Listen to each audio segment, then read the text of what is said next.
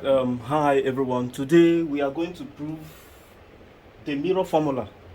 Now the mirror formula is a very important formula in optics. With the mirror formula we can be able to calculate the object distance, the image distance, the focal length, and even the radius of curvature of curved mirrors or lenses. Right? Now in order to do that we are going to use this diagram I have drawn here. Let me explain what I've drawn here. Now this is the object. This is the object and this is the image. All these lines you're seeing here, we call them rays. They are rays. And then through this ray, this image is constructed. Now let me explain what is going on here. Any ray that is parallel to this principal axis here is always reflected passing through the principal focus, which is the F. And then according to the law of reflection, the angle of incidence, like we have here, this is the ray hitting the pole, must also be equal to the angle of reflection, which is what we have here. That's why here is theta and here is theta. And then any other ray passing through the center of curvature, which is actually the center of the sphere from which the mirror was made, passing through the center of curvature should be reflected across its path. That's why you see double arrow, one pointing here, one pointing here. Therefore, looking at it, you can see this is the object, this is the image, and the image is smaller than the object. We say it is diminished, right? And then, of course, according to the mirror from the ray construction, the image is formed between the center of curvature and the focal length or the principal focus, right? Okay. Simply because the object is beyond the center of curvature. So now let's go down. Looking at this diagram, you can see this is a triangle and this is also a triangle. These two triangles are congruent. They have the same angle. This is vertically opposite angle. These two triangles are congruent, right? Now which means I can simply say that A prime, B prime, and C is congruent to ABC. That is triangle A prime B prime is congruent to triangle ABC. Alright? Therefore, if I find the ratio of the sizes of the sides, when I say A1 B1 all over AB, that is the ratio of the length of the side that are congruent, it should also be equal to this side, which is B1C all over, that is B prime C all over BC.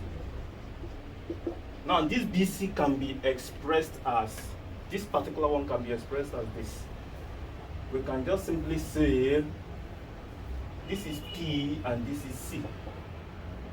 This is P and C, right? This P and C is the distance from the pole to the center of curvature, which I can represent as the radius of curvature, R, minus the distance from here to here.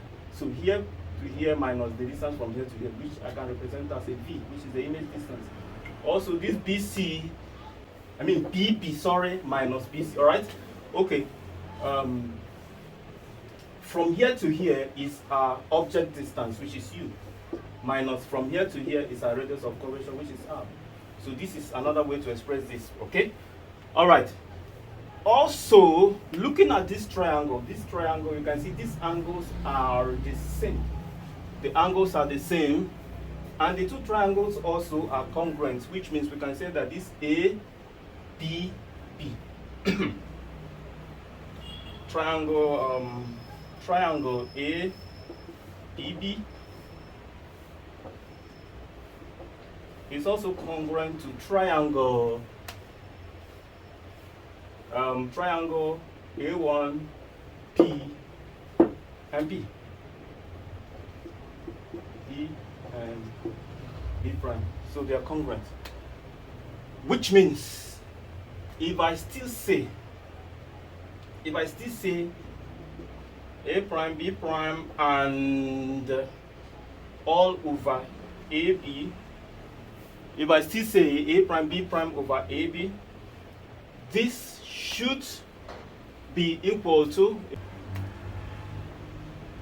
BP should be equal to BP, and this BP is V, should be equal to V all over BP. Sorry, this one is B prime P and this one is BP all over U. So if I take this one to be equation 1, I can take this one to be equation 2. Now, bringing them together, remember that here we have A1B1 is equals to this, and then A1B1 over AB is equals to this. Now, let's bring them together. I can just simply say that this is equal to this. Therefore, R minus V all over U minus R is equal to is equal to V over U. Crossing multiply as usual, I can just simply say this time this is UR, and this time this is minus UV, right? And this time this is UV, and this time this is minus VR. Now this is what I want to do. I want to bring this one over here and take this one over here. So what I have is UR plus VR is equal to UV plus UV, and UV plus UV, UR plus VR is equal to UV plus UV will give us 2UV, right? It will give us 2UV. Okay. Now let me divide through. Let me divide through by U, V, and R. If I divide through by U, V, R, let me bring it up here. It's going to be UR all over UVR plus VR all over UVR is equals to 2UV all over UVR. Alright? Let's divide. U cancel U and R cancel R. So I'm left with 1 over V plus. V cancel V and R cancel R, I'm left with 1 over U equals, of course, UV cancel UV, 2 over R. Alright? Remember that R is equals to 2F. Radius of curvature is always equals to twice the focal length.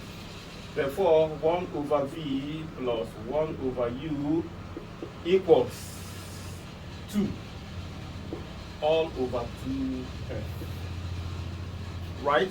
So 2 cancel 2, we are left with 1 over V plus 1 over U, giving us 1 over F. This is what is called the mirror formula. That is the mirror formula. Okay? So this is a proof of the mirror formula, and then in using this formula, these are the following things you need to note. Alright, when the image is virtual, the image distance will be negative. When the image is virtual, the image distance will be negative, which means after calculating or before calculating, if the question says that the image is virtual, simply make the image distance to be negative. Also, for convex mirrors or diverging mirrors or diverging lenses, the focal length is always negative. So, having that in mind, that is the mirror formula, and that is how to use it. So, see you in my next class, and bye for now.